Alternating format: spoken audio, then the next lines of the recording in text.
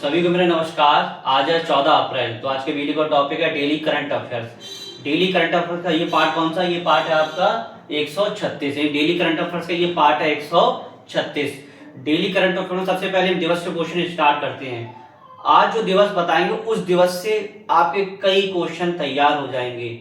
उससे आपका एक तो करंट अफेयर्स का सेक्टर तैयार होगा, दूसरा आपका इतिहास हिस्ट्री का भी सेक्टर तैयार होगा।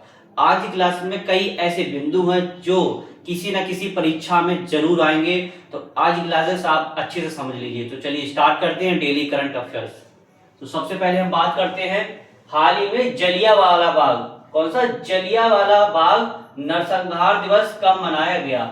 आपने हिस्ट्री में पढ़ा होगा जलियांवाला बाग नरसंहार, तो आपको पता होना चाहिए जलियांवाला बाग नरसंहार कब? 13 अप्रैल 1919 को अमृतसर के यानी अमृतसर में क्या हुआ था? बैसाखी का दिन था। मैटर मतलब एक छोटा सा शॉर्ट एक कहानी के तौर पे हम आपको समझा देते हैं कि 13 अप्रैल 1919 को जनरल डायर ने बैसाखी के दिन भारतीय इकट्ठे हुए थे। रॉयल एक्ट आया था जो बिना किसी अपील दलील के कैसी किसी भी मुकदमा दर्ज कर दिया जाता था। तो इसके विरोध में जो भारतीय इकट्ठे हुए थे। उन्होंने बैसाखी का दिन था तो सभी भारतीय इकट्ठे हुए थे एक जगह पर। अमृतसर में एक जगह है तो वहां पर ये लोग इकट्ठे हुए थे। तो इन्होंने क्या किया था? चारों तरफ से बंद करके जनरल डायर ने गोली चलवा दी थी, जिसमें आधिकारिक तौर पर रिपोर्ट पे अनुसार 388 लोगों की मृत्यु हो गई थी। लेकिन एक्चुअल स्थिति क्या थी? एक्चुअल स्थिति ये थी 1000 से अधिक लोग मारे गए थे इस नरसंहार में, यानी निहत्थे भारतीयों पे गोली चलाई थी जनरल डायर ने। तो 13 अप्रैल 1919 को यह घटना हुई थी। बहुत ही दुखद घटना थी। इस घटना ने जो रविन्द्रनाथ टैगोर थे, तो रविन्द्रनाथ टैगोर बहुत आहत हुए। तो उनके पास नाइटहुड की एक उपाधि थी। तो उन्होंने क्या की? नाइटहुड की उपाधि ब्रिटिश सरकार को वापस दे दी। यानी कि जब ये घटना हुई तो रविन्द्रनाथ टैगोर ने जो उनके पास उपाधि मिली थी, कौन सी उपाधि? नाइटहुड की उपाधि उन्होंने वापस कर दी। तो क्वेश्चन यहां से पूछा जाता है कि रविन्द्रनाथ टैगोर ने जो जलियांवाला बाग हत्याकांड हुआ था तो उसके बाद उन्होंने कौन सी उपाधि वापस कर दी? तो उन्होंने उपाधि कर दी थी नाइटहुड की उपाधि वापस कर दी थी। इसके बाद जो आंदोलन बहुत तीव्र हो गया भारत में, इसका बहुत ही विरोध हुआ क्योंकि निहत्थे भारतीयों की हत्या कर दी गई इस हत्याकांड में, इस जलियांवाला हत्याकांड में। तो 13 अप्रैल को ही जलियांवाला हत्याकांड यानी जलियांवाला हत्याकांड हुआ था। तो कौन से दिवस मनाया गया? जलियांवाला नरसंहार दिवस मनाया गया 13 अप्रैल को। तो इसको हमने एक शॉर्ट के माध्यम से लिखा हुआ है, ऐसे आप समझ सकते हैं। 13 अप्रैल 1919 को अमृतसर में बैसाखी के दिन जनरल डायर ने निहत्थे भारतीयों पर गोली चलवाई।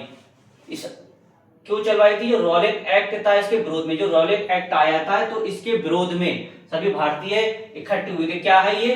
बिना मुकदमा किसी को गिरफ्तार करना, यानी कि बिना किसी मुकदमा के किसी भारतीय को गिरफ्तार कर सकते। ब्रिटिश सरकार क्या थी? जो भी हमारे जो आंदोलनकारी थे, अगर उनको क्या चाहिए? बिना ही किसी सुनवाई के अपील के उन्हें गिरफ्तार कर लिया जाता था इस रॉयल एक्ट के विरोध में। तो सभी इसका क्या विरोध कर रहे थे। रिपोर्ट के अनुसार 388 लोग मारे गए थे, लेकिन वास्तव में क्या चाहिए? 1000 से अधिक लोग, करीब 1500 2000 के समथिंग डाटा हो सकता है। 1000 से मान लीजिए मोटा मोटी 1000 से अधिक लोग मारे गए थे। और रविन्द्रनाथ टैगोर ने नाइटहुड की उपाधि वापस ले ली थी। क्वेश्चन यहां से बहुत बनता है। रविन्द्रनाथ टैगोर ने जो जलियांवाला नरसंहार हत्याकांड हुआ था इसके बाद कौन सी उपाधि वापस दे दी या कौन सी उपाधि वापस कर दी? तो कौन सी उपाधि? नाइटहुड की उपाधि। ये महत्वपूर्ण है। तो दिवस से क्वेश्चन आपका कितना बना? एक तो आपका हिस्ट्री का टॉपिक भी तैयार हो गया। इस पोर्शन से आपको कितना चीज तैयार हुई? हिस्ट्री का प्लस करंट अफेयर्स का। ये बहुत ही महत्वपूर्ण टॉपिक है, इसलिए आप इसको अच्छे समझ लीजिए। नेक्स्ट है, भारतीय सेना ने कहां सीमा रेडियो स्टेशन लॉन्च किया? यानी कि क्वेश्चन पूछा भारतीय सेना ने कहां सीमा रेडियो स्टेशन लॉन्च किया? तो आपका एक राज्य पड़ता है सिक्किम राज्य पड़ता है। तो सिक्किम के बारे में समझते हैं। सिक्किम जो क्षेत्रफल की दृष्टि से भारत का दूसरा सबसे छोटा राज्य है। अब जनसंख्या की दृष्टि से क्या है? जनसंख्या की दृष्टि से सिक्किम भारत का सबसे छोटा राज्य है। मात्र कितनी विधानसभा सीटें? मात्र 32 विधानसभा सीटें हैं। तो चलिए सिक्किम राज्य के बारे में समझते हैं। इसका उत्तर क्या होगा? सिक्किम। कैपिटल की गंगटोक। सीएम है प्रेम सिंह तामांग। गवर्नर इसके ओम प्रकाश माथुर। ओम प्रकाश माथुर क्या है, इसके गवर्नर है। अब हम सीटें पढ़ते हैं। लोकसभा की मात्र 1 सीट है, राज्यसभा की 1 सीट है, विधानसभा की 32 सीटें हैं। इतना आपको सीटों के बारे में पता होना चाहिए सिक्किम के बारे में। क्षेत्रफल की दृष्टि से दूसरे नंबर पे आता है छोटे, और जनसंख्या की दृष्टि से पहले नंबर पे, मतलब सबसे कम जनसंख्या पाई जाती है, छोटी की डाटा है ये। यानी क्षेत्रफल की दृष्टि से सबसे दूसरा छोटा राज्य कौन सा है, सिक्किम, और पहला कौन सा है, छोटा, मतलब पहला सिक्किम है छोटा, और क्षेत्रफल के अनुसार दूसरा है। यानी क्वेश्चन अब यहां से बनेगा कि भारत का जनसंख्या की दृष्टि से छोटा राज्य कौन सा, सिक्किम। अब भारत का क्षेत्रफल की दृष्टि से भारत का दूसरा सबसे छोटा राज्य कौन सा है, सिक्किम। अब बात समझते हैं सिक्किम दूसरा छोटा राज्य पहला कौन सा है। तो आज क्लास का पहला क्वेश्चन हो गया कि भारत का क्षेत्रफल की दृष्टि से सबसे छोटा राज्य कौन सा है। कमेंट से आप लोग फिर बताइएगा। अगर फिर से रिपीट करते हैं कि भारत का क्षेत्रफल की दृष्टि से सबसे छोटा राज्य कौन सा है। नेक्स्ट है यूएस यानी संयुक्त राज्य अमेरिका की बात हो रही है। में कहा स्वामी विवेकानंद की पहली पूर्ण आकार की प्रतिमा का निर्माण किया गया। यानी कि जो यूएसए में कहा स्वामी विवेकानंद जी की पूर्ण आकृति, पूरी आकृति होगी, सिर से लेकर पैर तक पूरी आकृति का क्या चीज अनावरण किया गया। तो ये किया गया है सिएटल, अमेरिका में जगह पड़ती है सिएटल। सिएटल में क्या चीज स्वामी विवेकानंद जी की मूर्ति का अनावरण किया गया। अब यूएसए के बारे में समझते हैं, संयुक्त राज्य अमेरिका के बारे में समझ लेते हैं। संयुक्त राज्य अमेरिका की कैपिटल क्या है, वाशिंगटन डीसी। इसकी जो करेंसी मुद्रा क्या है, डॉलर, सबको पता है डॉलर। दूसरी, अमेरिका के वर्तमान राष्ट्रपति कौन है, डोनाल्ड ट्रंप है, जो कौन से नंबर के, 47वें नंबर के है। अब आते उपराष्ट्रपति। उपराष्ट्रपति कौन है, जेडी वेंस। जेडी वेंस कहां के उपराष्ट्रपति है, अमेरिका के। इतना आपको पता होना चाहिए। नेक्स्ट क्वेश्चन है, ये भी महत्वपूर्ण है। उन्नत कृषि मेला 2026 कहां आयोजित किया गया। क्वेश्चन पूरा, उन्नत कृषि मेला 2026 कहां आयोजित किया गया। तो एक राज्य पड़ता मध्य प्रदेश। मध्य प्रदेश में उन्नत कृषि मेला 2026 आयोजित किया गया है।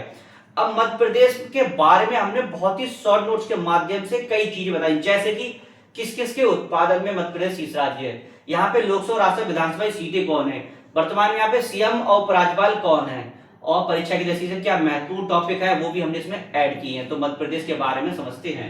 सबसे पहले समझते हैं मध्य प्रदेश।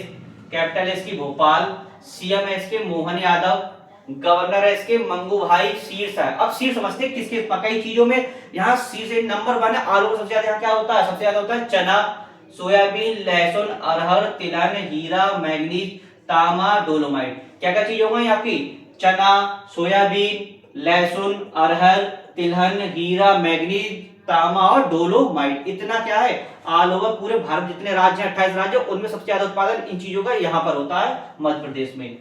लोकसभा सीटें 29, राज्यसभा 11, विधानसभा की 230। इतना आपको सीटों के बारे में पता होना चाहिए। अब लोकनृत्य, लोकनृत्य पूछ लेता है कि मध्य प्रदेश का लोकनृत्य क्या है, मार्च, इसे MAACH बोलते हैं। मार्च किसका लोकनृत्य है, मार्च है लोकनृत्य है आपका किसका, मध्य प्रदेश का। भीमबेटका की गुफाएं हैं जो 2003 में यूनेस्को की विश्व धरोहर में मतलब शामिल किया गया, फिर विश्व धरोहर घोषित किया गया। यानी कि जो भीमबेटका की गुफाएं भी है, कहां पर है भीमबेटका की गुफा, क्वेश्चन ऐसे पूछेगा कि भारत में भीमबेटका की गुफाएं कहां पर है, किस राज्य में, तो मध्य प्रदेश में। 2003 में यूनेस्को की में शामिल किया गया। फिर कह सकते हैं कि यूनेस्को की विश्व धरोहर घोषित किया गया। फिर से फुर्सत योजना शुरू की गई, यानी कि फिर से फुर्सत योजना शुरू की गई है। फिर से फुर्सत योजना कहां शुरू की गई है, मध्य प्रदेश में। इसे महत्वपूर्ण लगा लीजिए। नेक्स्ट है ये भी महत्वपूर्ण है। ये महत्वपूर्ण क्यों है, क्योंकि उत्तर प्रदेश के इसे रिलेटिव क्वेश्चन है। उत्तर प्रदेश रिलेटिव क्वेश्चन, उत्तर प्रदेश में होमगार्ड के पेपर होने वाला, प्लस इसमें पुलिस का भी पेपर होने वाला है। तो इसलिए इस टॉपिक में संभावना रही एक क्वेश्चन आपकी परीक्षा में जरूर मिले। तो चलिए समझते हैं उत्तर प्रदेश के बारे में।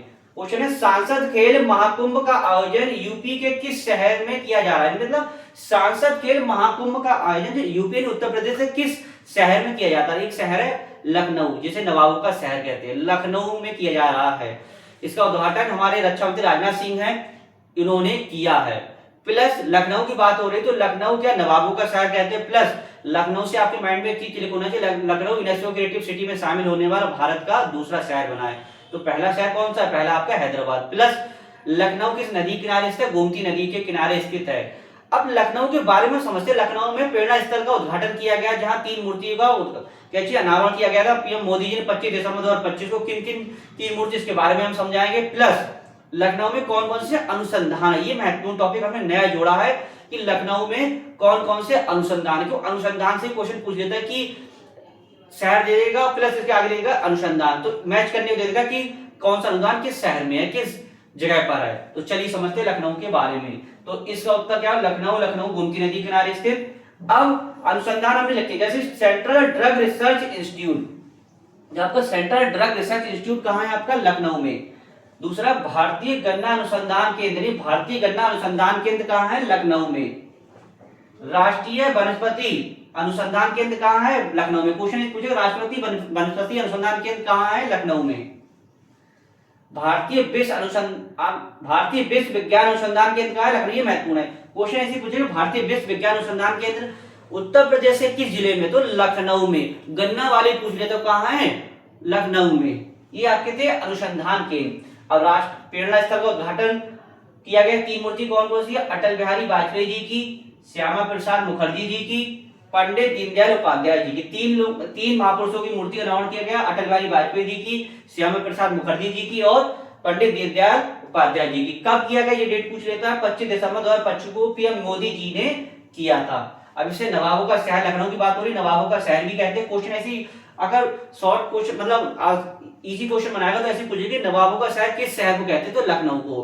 प्लस यहाँ पे आपने आम पढ़े होंगे, दशहरी आम। दशहरी आम जो कहाँ के, लखनऊ के मालियाबाद में काफी फेमस है। तो दशहरी आम का ऐसे पूछ ले, दशहरी आम का संबंध उत्तर प्रदेश के किस शहर से, लखनऊ से। लखनऊ की जगह मालियाबाद, मालियाबाद के क्या चीज, दशहरी आम काफी फेमस है, एक बार परीक्षा में पूछ चुका है, इसलिए हमने इसको ऐड कर दिया।